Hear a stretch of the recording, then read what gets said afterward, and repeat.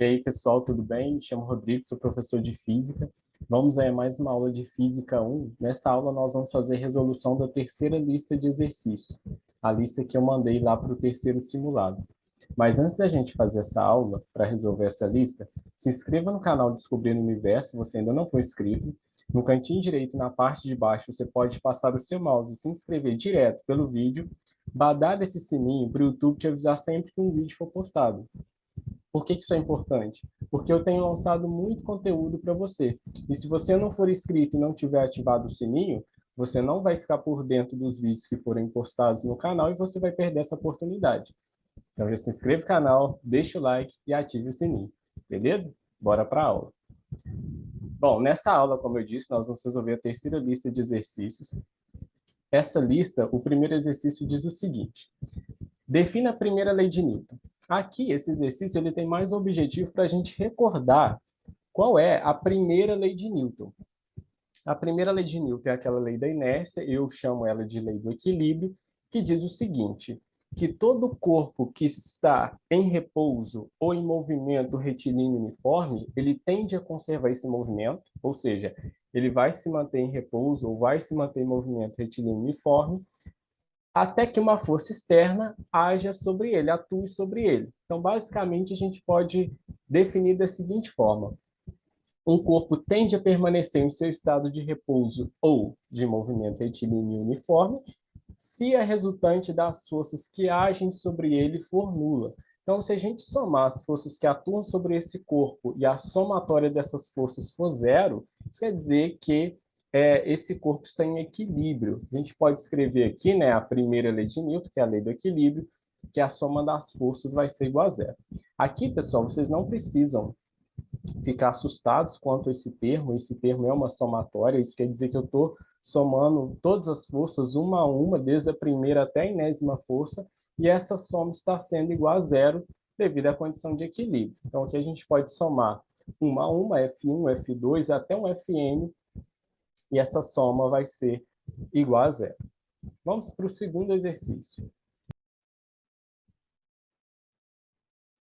O segundo exercício diz o seguinte: um bloco de 2 kg partindo do repouso desliza sobre uma superfície sem atrito devido à ação de uma única força F1 de intensidade 12 newtons, conforme o esquema a seguir. Então, aqui a gente tem um bloco, a força F1 para a direita.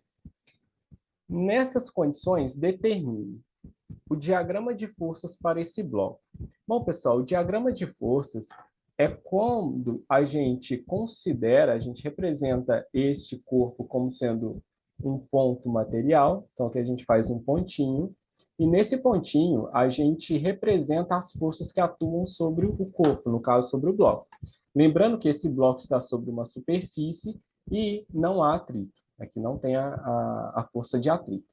Então, como há a força F1 para a direita, o nosso diagrama fica o seguinte: eu tenho aqui a F1 para a direita, essa é a nossa força F1, que aparece lá no bloco. A força que aparece no nosso diagrama, que a gente não pode esquecer, é a força peso. Então, eu tenho aqui o peso do bloco para baixo. E como ele está em contato com a superfície, vai aparecer a força de resistência da superfície, que é a força normal. Essa força normal, ela é sempre perpendicular à superfície, ou seja, gera um ângulo de 90 graus aqui com a minha superfície. Então, uma força gerando um ângulo de 90 graus com a superfície, nesse caso, como a nossa superfície está na horizontal, essa força vai estar na vertical. Então, eu tenho uma força normal aqui para cima. Essa força normal somada com o peso,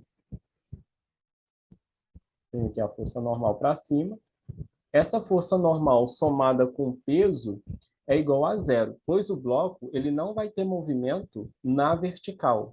Então, se a gente soma as forças na vertical, essa soma tem que ser zero, pois não há movimento na vertical. Isso indica que, para o eixo Y, esse bloco está em equilíbrio. A gente só vai ter aqui movimento no eixo X. Então, basicamente, esse é o diagrama de forças para esse bloco. O item B ele pede o seguinte: o peso desse bloco. Para a gente calcular o peso, a gente tem que lembrar que o peso é igual a massa vezes a aceleração da gravidade.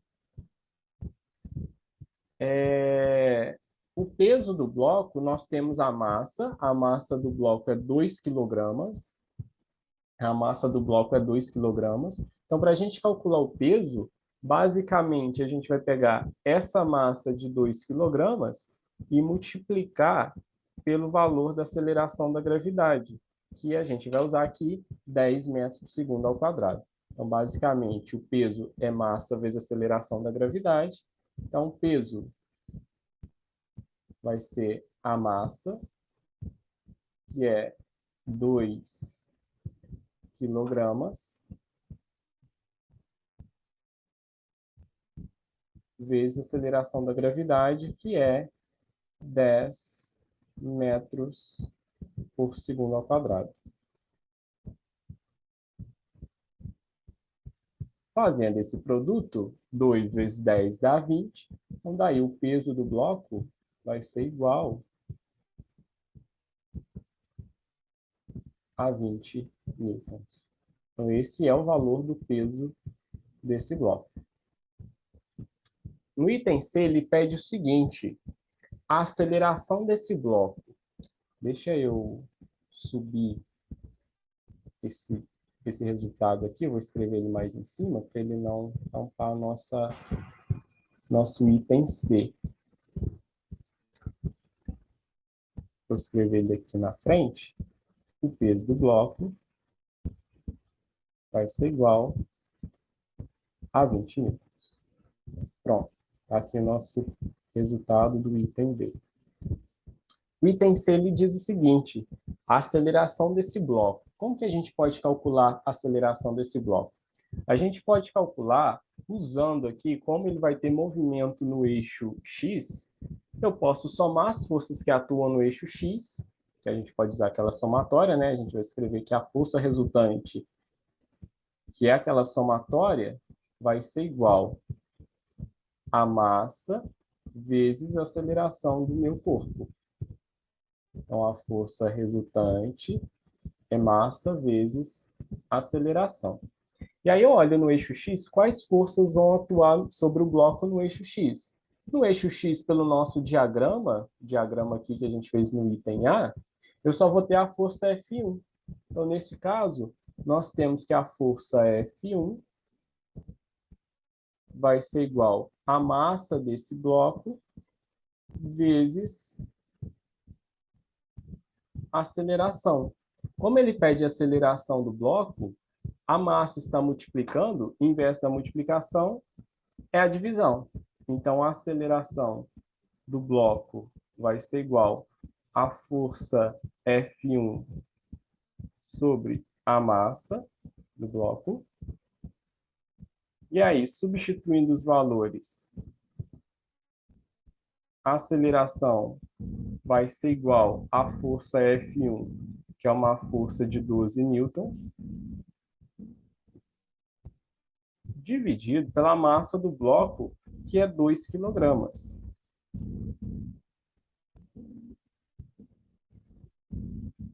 Então, eu tenho a divisão de 12 por 2 dá 6.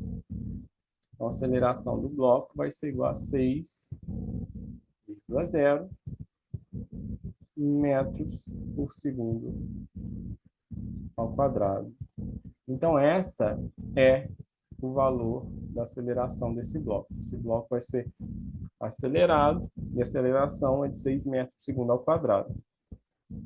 O item D, ele diz o seguinte: se for aplicada uma força F2 de 8 newtons na mesma direção de F1, né? Porém, no sentido oposto de F1, então aqui faltou um F1, mas a minha F2 vai ser aplicada na mesma direção, ou seja, o que seria a direção? A direção a gente vai ter que ir horizontal ou vertical. Nesse caso, como F1 está na horizontal, F2 também estará na horizontal. E no sentido oposto, como F1 está indo para a direita, agora eu tenho F2 indo para a esquerda. Qual será a nova aceleração do bloco? Então, aqui, só para relembrar o diagrama, fazendo aqui o diagrama acrescentando a nossa força F2, eu vou ter que a força F1 para a direita, essa é a minha força F1.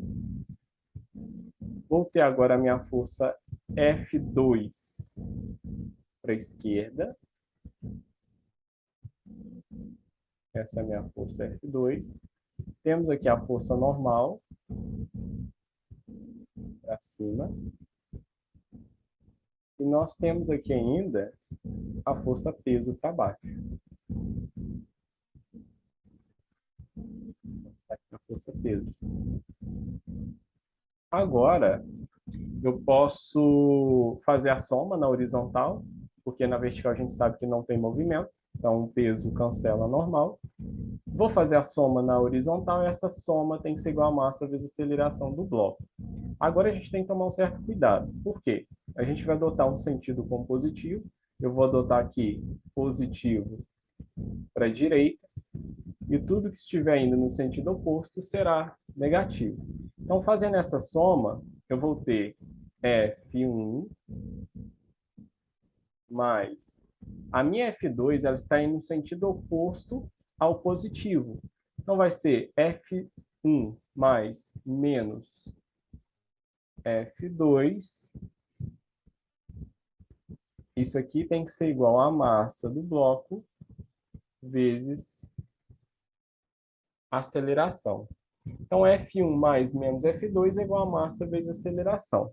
Então, aqui agora a gente faz um jogo de sinais. Mais com menos dá menos. Eu vou ter F1 menos F2 igual a massa vezes a aceleração. E aí, a minha massa está multiplicando inversa da multiplicação divisão. Então, a aceleração vai ser a minha força F1 menos F2 sobre a massa do bloco. Substituindo os valores, eu vou ter que a aceleração vai ser F1, que é de 12 newtons, menos a F2, que é 8 newtons, dividido pela massa do bloco, que é 2 quilogramas.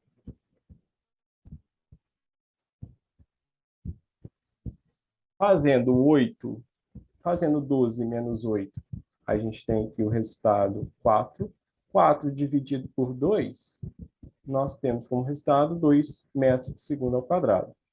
Daí agora a nova aceleração do bloco é uma aceleração de 2,0 metros por segundo ao quadrado. Essa é a nova aceleração do bloco.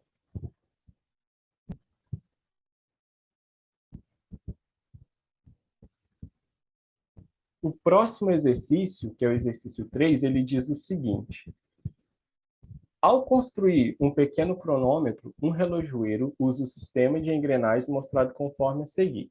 Então, a gente tem um sistema de engrenagens, eu tenho lá um eixo do motor ligado à engrenagem A, que está conectado à engrenagem B, engrenagem C, engrenagem D, até chegar nesse motor, nesse ponteiro.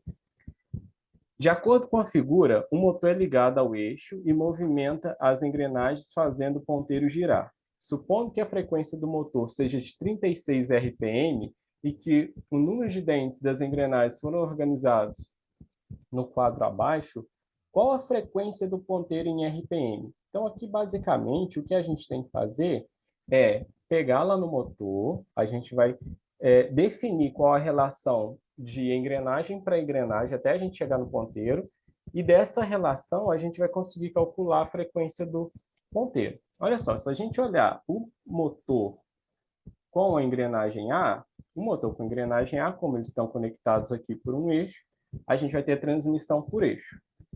Da engrenagem A para a engrenagem B, a gente vai ter a transmissão por contato. Da engrenagem B para a engrenagem C, nós vamos ter novamente uma transmissão por eixo.